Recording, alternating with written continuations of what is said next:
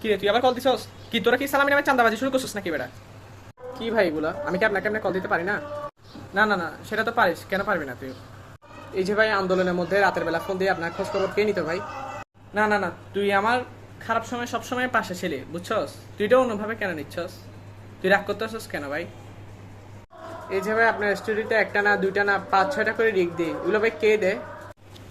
না না না, তুই বুঝতেছিস না, তুই তো আমার ভিডিওতে সবচেয়ে বেশি লাভ রিক দেস। আচ্ছা শোন, তুই এখন রাগ করিস না, তুই কি বলতে চাচ্ছিস আমাকে বল, আমি শুনবো। তুই রাগ করিস না ভাই। না না ভাই, আপনি আমার সাথে খারাপ বিহেভ করছেন ভাই, এটা মেনে নেওয়া যায় না ভাই। আচ্ছা ভাই তুই বাদ দে, তুই কি বলতে চাচ্ছিস সেটা বল। তুই রাগ করতেছিস কেন ভাই? রাগ করিস না। না ভাই, এভাবে তো হবে না। আচ্ছা আমি কি তোকে ভাই হিসেবে কিছু বলতে পারি না? তুই কেন রাগ করতেছিস? তুই আমাকে একটু বল, তুই কি বলবি?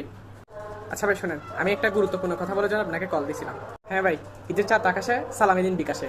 আমি ভাই বিকাশে রিকোয়েস্ট মানি করে রাখছি, আপনি জাস্ট সালামিটা পাঠিয়ে দেন ভাই। আচ্ছা, তুই তাহলে আমাকে সালামির জন্য কল দিছস? ভাই আপনি যদি সালামি না দেন তাহলে আপনি কিন্তু জীবন উন্নতি লাভ করতে পারবেন না ভাই। এটা দোয়া নাকি বদ দোয়া? জীবনে সুখও পাবেন না ভাই। না না, এসব দোয়া দিস না ভাই, আমি তোকে এখনই সালামি পাচ্ছি।